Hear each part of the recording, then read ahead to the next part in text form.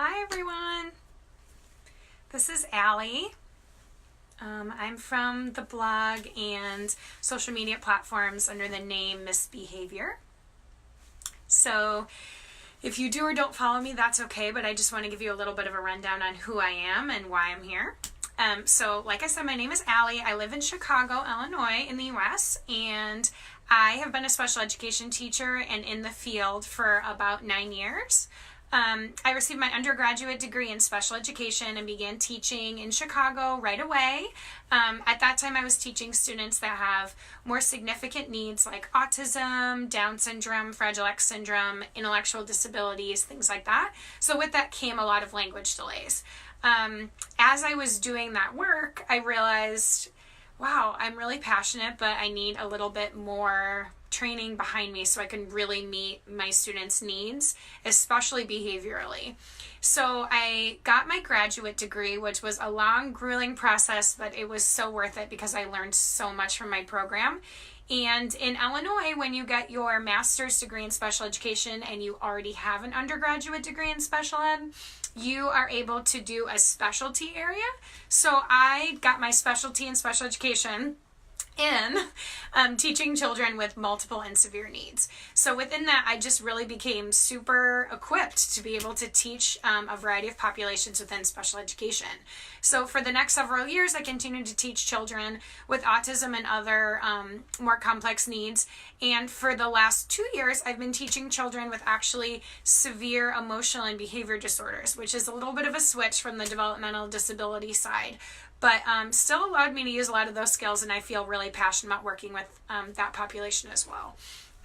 This year, I took sort of a leap of faith, and I am working as a consultant and a coach with a local nonprofit for special education teachers. So that has been a really nice change for me, just being able to use my skills in a new way, and that has just opened doors for me in many avenues. So it's just a little bit about me and what brings me here. So today, I am really excited to be able to talk to who I assume a lot of my audience today is parents, which is really fun because I love working with families. That has always been such a joy for me in teaching, and so I'm really glad to be able to use this platform and that I was invited to come today.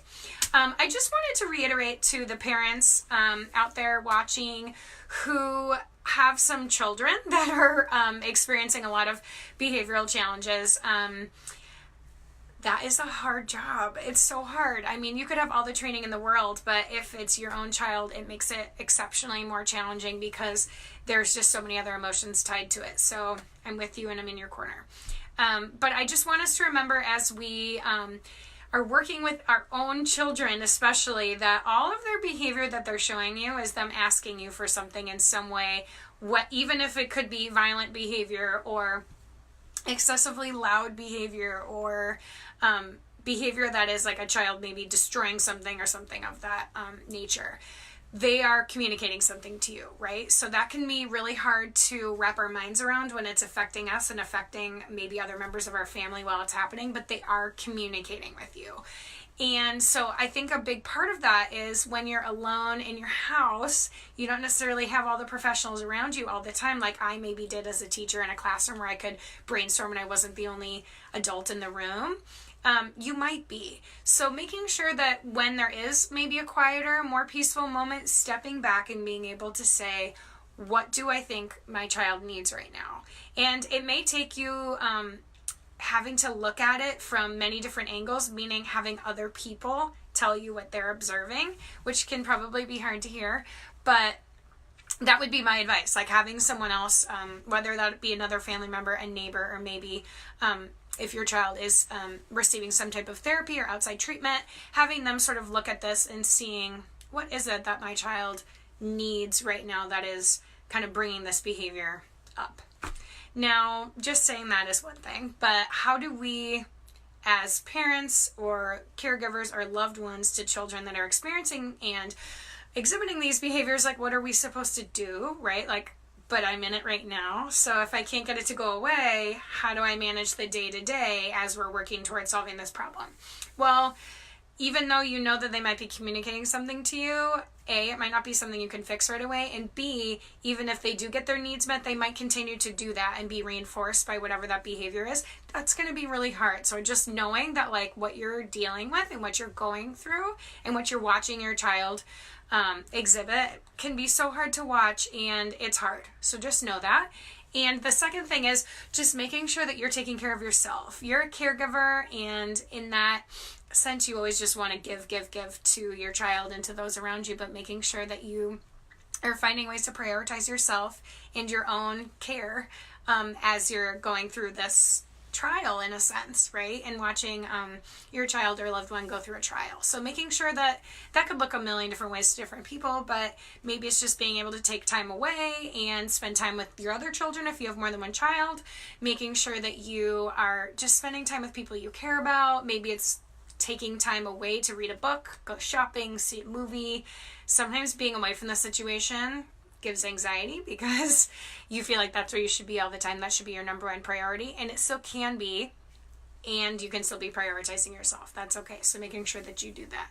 And another tip that I'm going to leave you with is just the concept of whatever you found as your self-care and your coping skills for those situations, modeling that to your child.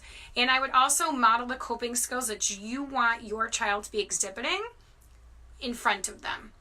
Showing them what deep breathing looks like, showing them what stopping and thinking actually looks like, showing them those different strategies in real time when you're frustrated. You're frustrated, and then you're showing them what belly rest looks like. You're frustrated, and you're going to go over and like close your eyes and take a break in the corner. You're feeling really hyper, you're going to go over and grab a sensory toy, or you're going to walk over to the trampoline, right? Showing them those things so that they can be like, oh, I sort of get this. I'm watching this in real time.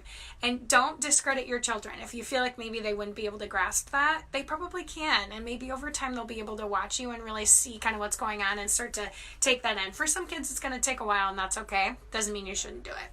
So I hope that just hearing a little bit from a professional about these types of situations is helpful for you, and I wish you the best of luck.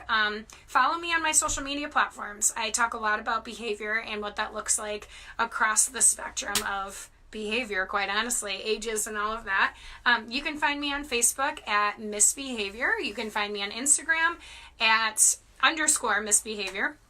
And you can find me on my blog at missbehaviorblog.com. So good luck, and I hope you have a great day, and it's almost the weekend, so live for that. Take care.